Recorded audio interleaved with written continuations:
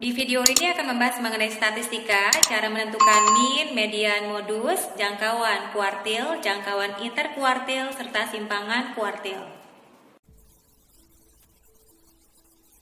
Pemusatan data. Data dengan satu variabel seperti nilai ujian disebut data univariat. Untuk menggambarkan data-data tersebut akan lebih mudah jika diwakili dengan hanya satu bilangan saja. Bilangan ini disebut sebagai ukuran tendensi sentral karena merupakan pusat atau tengah data. Ukuran tendensi sentral yang paling umum digunakan adalah mean, median, dan modus. Menganalisis data. Perhatikan diagram batang hasil perikanan tahun 2003 sampai dengan 2008. Dari diagram batang tersebut dapat dilihat bahwa hasil perikanan terendah dicapai pada tahun 2004 sebanyak 2.000 ton. Sebaliknya, hasil perikanan tertinggi dicapai pada tahun 2007, yaitu sebanyak 5.000 ton. Kenaikan tertinggi dicapai pada tahun 2006 sampai dengan 2007, yaitu mencapai 2.500 ton.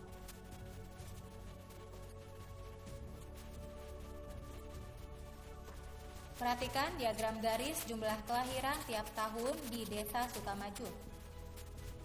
Diagram ini menunjukkan bahwa pada tahun 2001 terdapat 7 kelahiran. Tahun 2002 sebanyak 10 kelahiran dan seterusnya.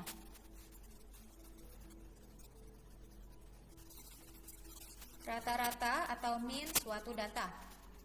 Mean adalah jumlah nilai-nilai data dibagi banyaknya pengamatan atau banyak data. Mean dilambangkan dengan X.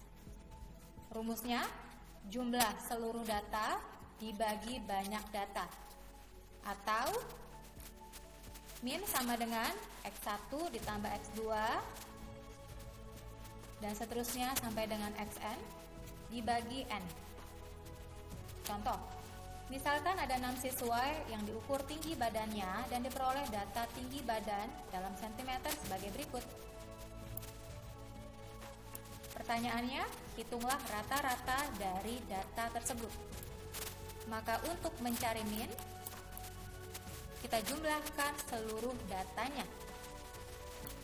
155 ditambah 147 ditambah 160 ditambah 158 ditambah 156 ditambah 154 dibagi 6.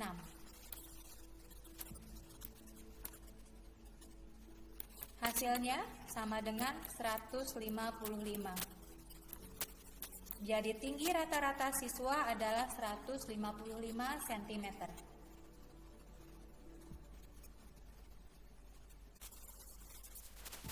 Tabel di bawah ini menunjukkan nomor sepatu anak yang mewakili sekolah dalam ajang pekan olahraga di sebuah kabupaten. Perhatikan pada tabel. Pertanyaan A, tentukan nilai yang dapat mempengaruhi nilai rata-rata, dan B, tentukan rata-rata dengan dan tanpa nilai dari poin A. Berdasarkan data dalam tabel, kita bisa mengetahui nilai yang dapat mempengaruhi nilai rata-rata dengan membuat plot data seperti berikut.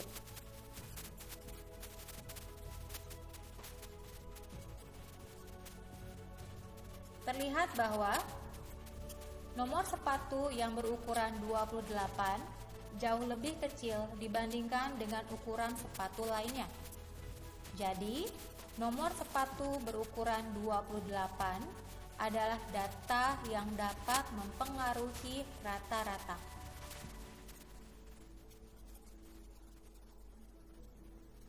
Bagaimana cara menentukan rata-rata dengan dan tanpa nilai dari poin A? Rata-rata dengan data 28. Hasilnya 37,9. Kemudian rata-rata tanpa data 28. Hasilnya 39. Perhatikan bahwa rata-rata dengan dan tanpa mengikut sertakan 28 dalam kumpulan data memiliki nilai yang berbeda. Sehingga rata-rata tanpa nilai 28 lebih baik untuk menyatakan nomor sepatu.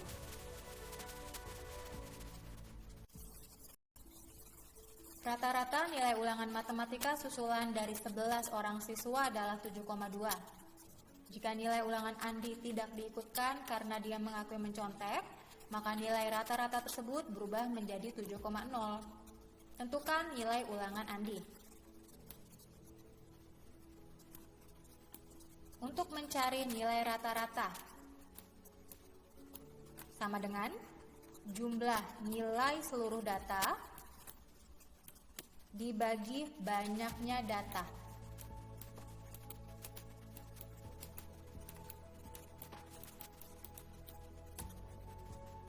Jika terdapat 11 orang siswa, nilai rata-ratanya 7,2. Maka untuk mencari jumlah nilai seluruh data, 7,2 dikali 11 sama dengan 79,2.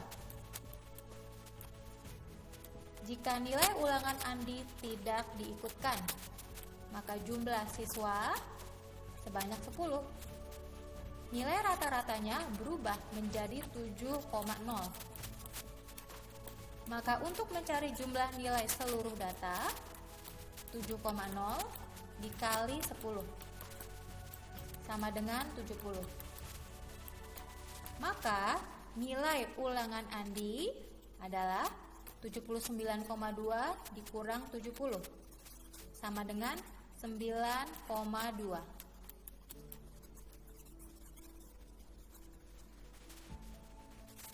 Menentukan modus.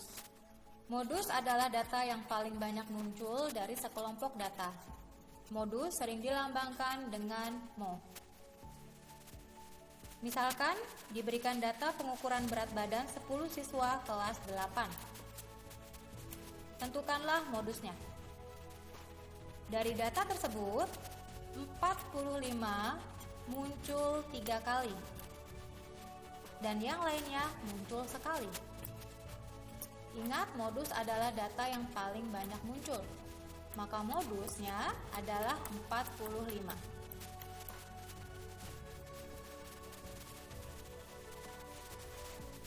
Data di bawah ini menunjukkan jenis film yang disukai siswa di kelas 8A. Tentukan modus dari data yang diberikan. Untuk menyelesaikannya, kita bisa mengubah menggunakan tally atau turus.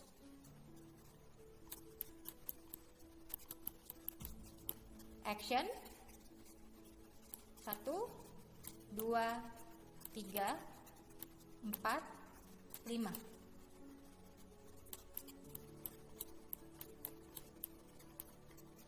Komedi ada 8.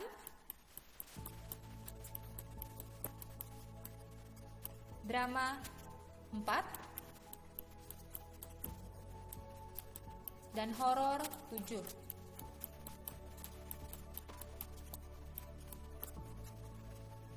Jadi modusnya adalah 8.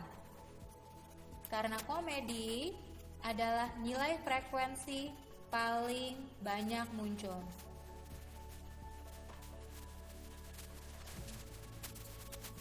Menentukan median suatu data. Median adalah nilai tengah setelah diurutkan. Contoh soal, tentukan median pada skor 7 siswa yang mengikuti lomba menari.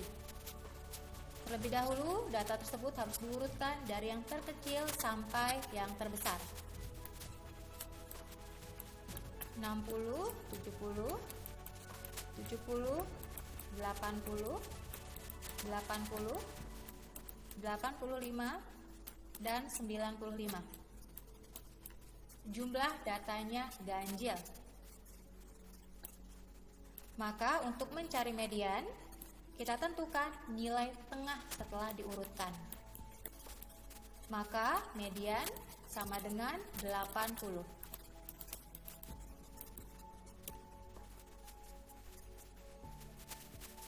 Menentukan median dan modus suatu data. Ingat bahwa median adalah nilai tengah setelah diurutkan, sedangkan modus adalah nilai yang paling banyak muncul. Contoh soal, tentukan median dan modus pada skor 10 siswa yang mengikuti lomba menyanyi. Untuk mencari median, data harus diurutkan terlebih dahulu. 90, 105, 120, 125, 135, 145, 160, 160, 175, dan 205. Terdapat 10 siswa. Data genap.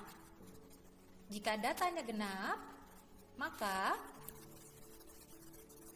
setelah diurutkan, dibagi menjadi 2 bagian yang sama.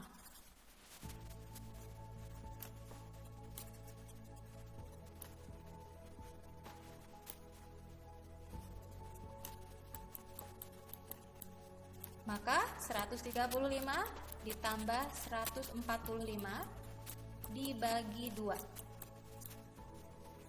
Hasilnya 140. Jadi mediannya adalah 140. Lalu, bagaimana cara menentukan modus? Ingat bahwa modus adalah nilai yang paling banyak muncul. 160 paling sering muncul, sehingga modusnya adalah 160.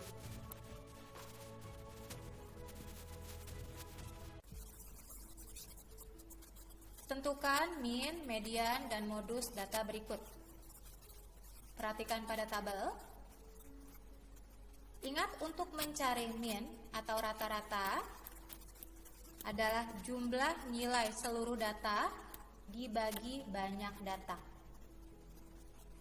Maka, pertama, kita jumlahkan dulu frekuensinya.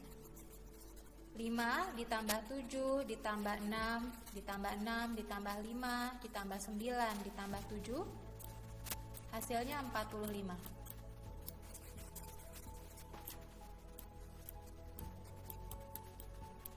Kemudian kalikan nilai dengan frekuensi.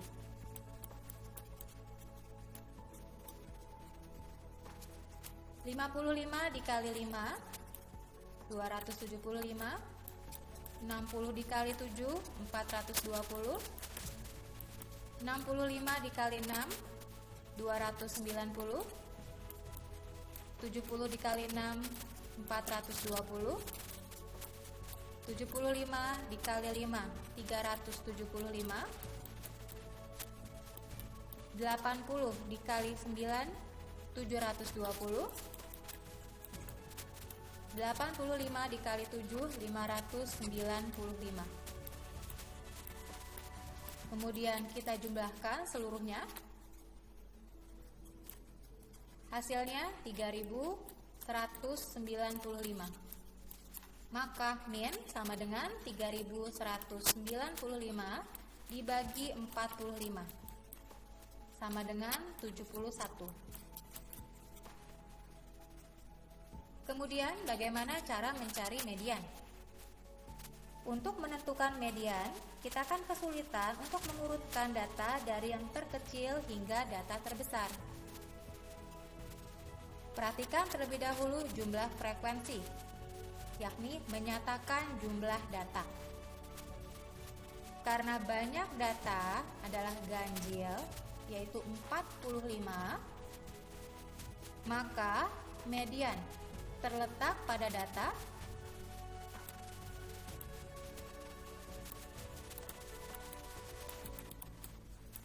45 ditambah 1 dibagi 2. Hasilnya adalah 23. Maka data ke-23 adalah 70.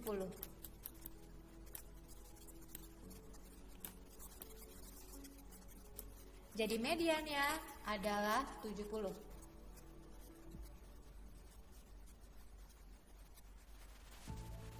Bagaimana dengan modus?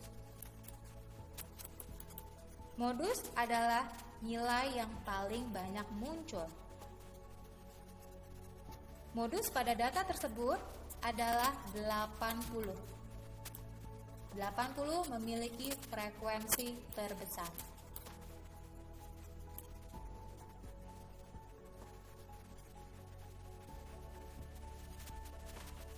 Berikut ini adalah data nilai ujian matematika 20 siswa kelas 8A. Perhatikan pada data. Pertanyaan A, urutkan data di atas dari nilai terkecil sampai terbesar. Buatlah tabel yang menyatakan nilai ujian dan frekuensi siswa yang mendapatkan tiap-tiap nilai tersebut. B, hitunglah nilai min, median, modus dari data di atas. Dan C, jika nilai minimum kelulusan adalah 75, berapakah persentase siswa yang tidak lulus dalam ujian tersebut?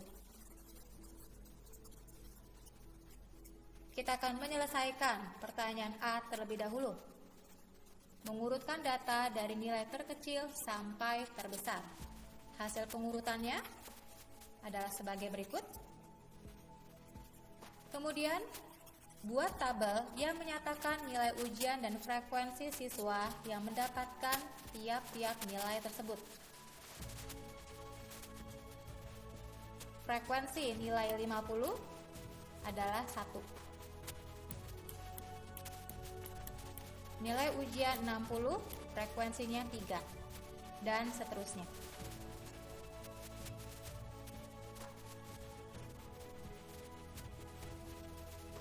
Kemudian pertanyaan B, hitunglah nilai min, median, dan modus. Langkah untuk menghitung min. Pertama, kalikan nilai ujian dengan frekuensi masing-masing yang bersesuaian. 50 dikali 1, 50. 60 dikali 3, 180. 70 dikali 4, 280. 80 dikali 6, 480. 90 dikali 4, 360. 100 dikali 2, 200.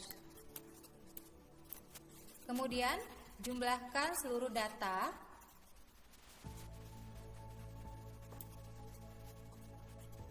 maka hasilnya diperoleh 1550.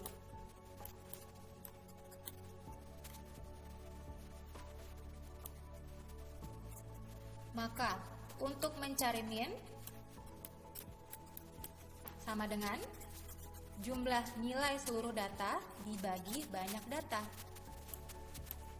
Berapakah banyak datanya? Kita jumlahkan. 1 ditambah 3 ditambah 4 ditambah 6 ditambah 4 ditambah 2, 20. Jadi min atau rata-rata sama dengan 1550 dibagi 20. Hasilnya 77,5.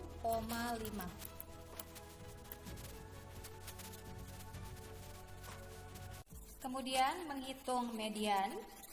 Untuk menghitung median, data harus diurutkan terlebih dahulu. Hasil pengurutannya sebagai berikut.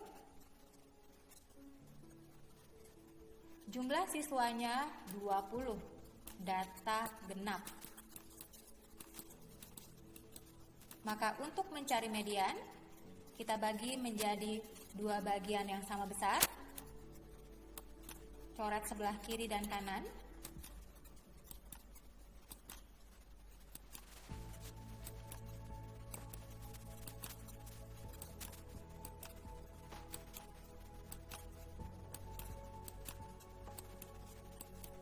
Maka untuk mencari median 80 ditambah 80 dibagi 2. Hasilnya 80. Jadi mediannya adalah 80. Menghitung modus, kita dapat menggunakan data yang telah diurutkan. Ingat bahwa modus adalah nilai yang paling banyak muncul.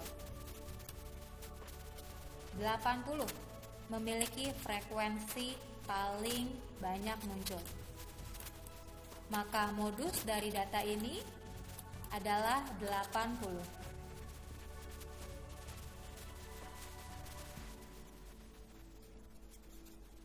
Selanjutnya, jika nilai minimum kelulusan adalah 75, berapakah persentase siswa yang tidak lulus dalam ujian tersebut?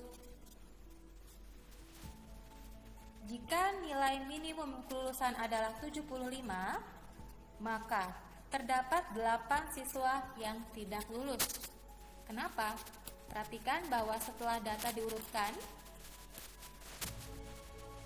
seperti berikut ini, nilai minimum kelulusannya 75. Maka di sini terlihat ada 8 siswa yang tidak lulus.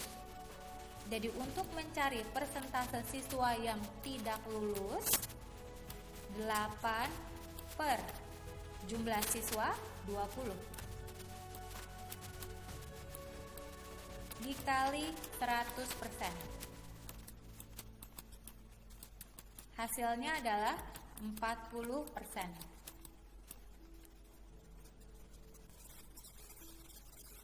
Menentukan ukuran tendensi sentral yang paling tepat.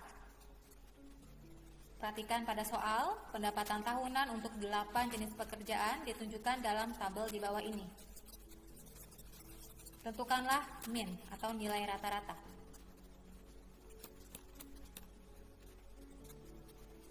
Kita jumlahkan terlebih dahulu pendapatan tahunan mulai dari petani sampai dengan pemain sepak bola. Hasilnya adalah 2.699 dibagi 8. Min sama dengan 337,375.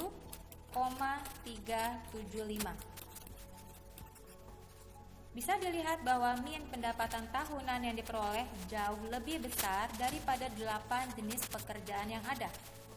Hal ini disebabkan karena pendapatan pemain sepak bola sangat jauh berbeda, atau disebut dengan outlier. Pendapatan pemain sepak bola jauh berbeda dibanding pendapatan pekerjaan yang lain, sehingga ini sangat mempengaruhi min yang diperoleh. Pada kasus ini, min tidak tepat digunakan untuk menghitung ukuran tendensi sentral.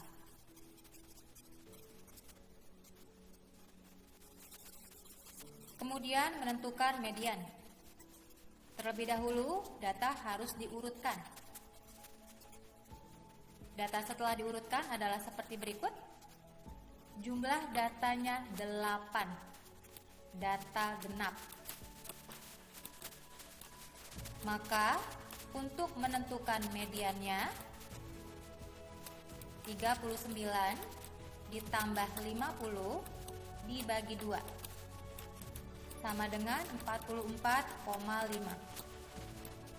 Hasil median pendapatan tahunan lebih tepat dipakai untuk mengukur tendensi sentral pada kasus ini. Bisa dilihat bahwa median tidak terpengaruh data outlier.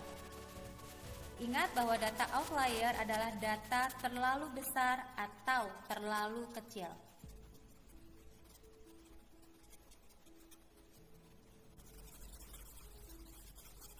Lalu menentukan modus. Kita dapat menggunakan data yang telah diurutkan sebelumnya. Modus dari data pendapatan tahunan ke-8 jenis pekerjaan adalah data yang paling sering muncul. Pada kasus ini, karena semua data pendapatan hanya muncul 1 kali, maka modus tidak tepat dipakai. Penyebaran data. Pertama, jangkauan atau range. Jangkauan adalah selisih antara data terbesar dengan data terkecil. Contoh soal, tentukan jangkauan masing-masing data berikut. Pada pertanyaan A, data terbesarnya 11, data terkecil 3. Maka jangkauan sama dengan 11 dikurangi 3. Hasilnya 8. B. Perhatikan tabel nilai dan frekuensi. Maka jangkauannya sama dengan 99 dikurang 78 sama dengan 21. 2 kuartil. Jika sekelompok data tunggal diurutkan dari terkecil ke terbesar, maka data tengah yang membagi data menjadi 2 bagian yang sama disebut median. Berdasarkan cara ini, dapat pula sekelompok data dibagi menjadi 4 bagian yang sama, yang dinamakan kuartil. Data-data yang terdapat pada batas-batas pembagian ini disebut kuartil bawah atau Q1, kuartil tengah atau Q2, dan kuartil atas atau Q3. Nilai kuartil dapat ditentukan dengan rumus. Letak QI sama dengan data ke I per 4 dikali N plus 1. I sama dengan 1, 2, dan 3. N sama dengan banyak data. Syarat N lebih dari 4 dari data terurut naik. Data berikut menunjukkan hasil ulangan matematika 19 siswa. Perhatikan pada data. Tentukan kuartil bawah, kuartil tengah, dan kuartil atas dari data tersebut. Ingat untuk mencari letak kuartil dengan rumus data ke I per 4 dikali N ditambah 1. Karena data sudah terurut naik, maka kita dapat menentukan nilai Q1, Q2, dan Q3.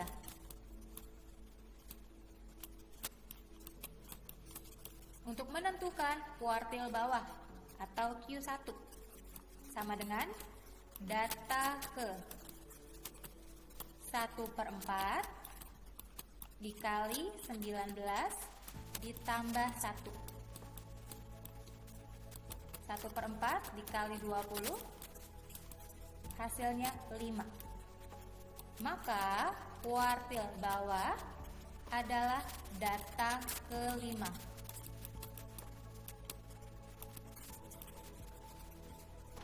Ini adalah data ke-1, 2, 3, 4, 5. Maka 7 adalah kuartil bawah. Kemudian menentukan kuartil tengah atau Q2 sama dengan data ke 2 per 4 dikali 19 ditambah 1. 2 per 4 dikali 20 hasilnya adalah 10. Maka kuartil tengah adalah data ke-10.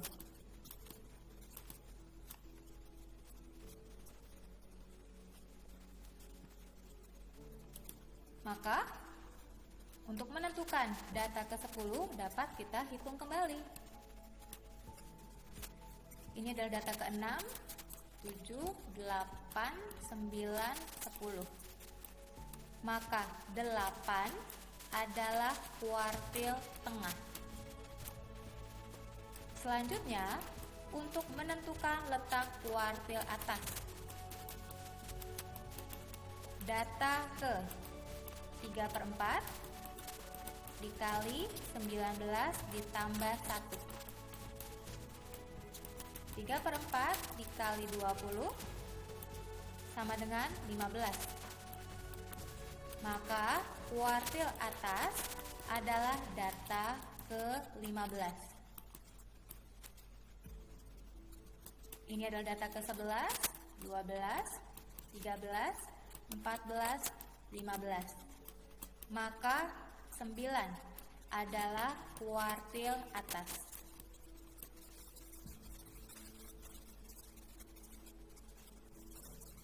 Tiga, jangkauan interkuartil. Kuartil dari kumpulan data membagi data menjadi 4 bagian yang sama. Jangkauan interkuartil adalah selisih kuartil atas dan kuartil bawah. Perhatikan pada soal, tentukanlah jangkauan interkuartilnya. Maka, untuk menentukan jangkauan interkuartil sama dengan kuartil atas Q3 dikurang kuartil bawah Q1. 32 dikurang 23. Hasilnya 9. 4. Simpangan kuartil. Simpangan kuartil atau jangkauan semi interkuartil adalah setengah dari jangkauan interkuartil. Jika jangkauan semi interkuartil dinotasikan dengan QD, maka QD sama dengan setengah dikali Q3 dikurang Q1. Perhatikan pada soal, tentukanlah simpangan kuartilnya. Maka QD sama dengan setengah dikali 32 dikurang 23. Sama dengan setengah dikali 9. Hasilnya 4,5. Tentukan jangkauan interkuartil dan simpangan kuartil dari data berikut ini. Terlebih dahulu, kita harus mengurutkan data tersebut. Akan kita urutkan 20, kemudian 25, lalu 30 sebanyak 3 kali, kemudian 35,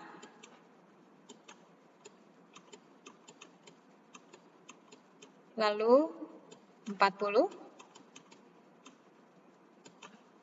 45, dan 50. Maka kuartil tengahnya, sebelah kiri terdapat 5 data, sebelah kanan juga terdapat 5 buah data, maka kuartil tengahnya atau Q2 adalah 35. Kemudian kuartil bawah adalah 30. 30 adalah Q1. Perhatikan 30 di sebelah kanannya terdiri dari 2 data, sebelah kiri juga terdiri dari 2 data. Kemudian kuartil atas atau Q3 adalah 45.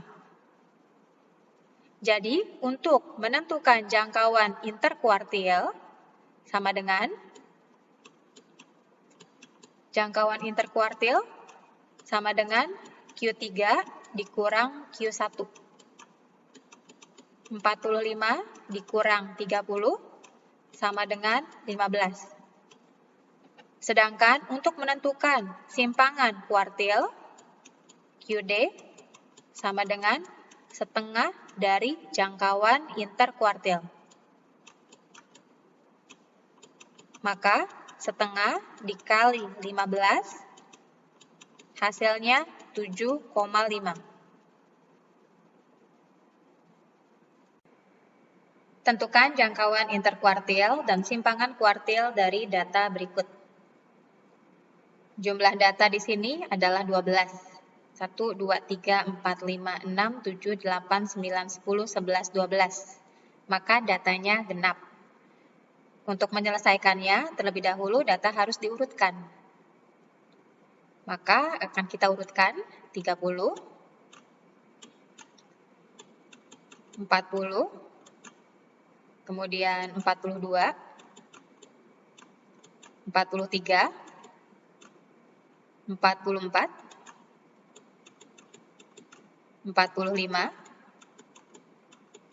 46, 47, 49, 56, 57, dan 59. Kemudian kuartil tengahnya berada di antara 45 dan 46. Perhatikan di sebelah kanan terdiri dari 6 buah data dan sebelah kiri juga terdiri dari 6 buah data. Maka untuk menentukan kuartil bawah atau Q1 yaitu 42 ditambah 43 dibagi 2. Hasilnya 42,5. Kemudian untuk menentukan kuartil atas atau Q3 sama dengan 49 ditambah 56 dibagi 2. Hasilnya 52,5. Maka jangkauan interkuartil sama dengan Q3 dikurang Q1. 52,5 dikurang 42,5 sama dengan 10. Sedangkan simpangan kuartilnya sama dengan setengah dari jangkauan interkuartil. Setengah dikali 10 sama dengan 5. That's all from me. Thank you for watching. Don't forget to like and subscribe.